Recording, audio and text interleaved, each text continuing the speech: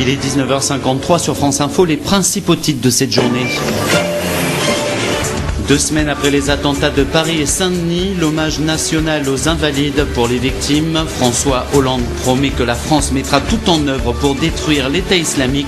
Le chef de l'État parlait d'un acte de guerre organisé, de loin, froidement exécuté par une horde d'assassins agissant au nom d'une cause folle et d'un Dieu trahi. Fin de citation. La cérémonie a commencé et s'est terminée par la Marseillaise. Ajoutons que les sorties et les voyages scolaires restent interdits dans toute l'Île-de-France et ce jusqu'au 6 décembre. L'enquête, quant à elle, se poursuit après ces attentats. Une 6e inculpation en Belgique. L'homme a été arrêté à Bruxelles. On n'en sait pas plus ce soir.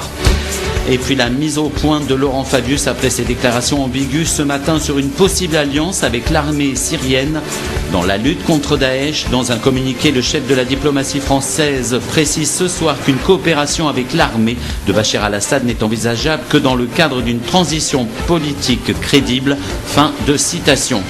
L'Allemagne va-t-elle déployer des avions de reconnaissance Tornado en Syrie pour soutenir la France dans sa lutte contre Daesh? C'est une évolution nette de la position de Berlin qui exclut toujours, toutefois, une implication directe dans ce conflit.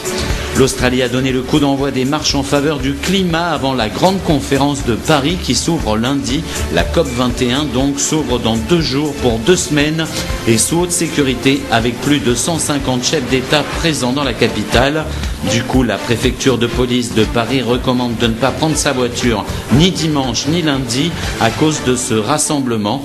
Pour l'occasion, les transports en commun sont gratuits à Paris, on le savait depuis quelques jours, sauf qu'aujourd'hui, ça se corse, puisque les autorités recommandent aussi de ne pas prendre les transports en commun, sauf en cas de nécessité.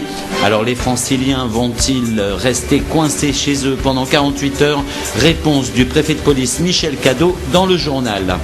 Et puis Strasbourg a donné le coup d'envoi de son 445e marché de Noël. C'est l'un des plus anciens de France.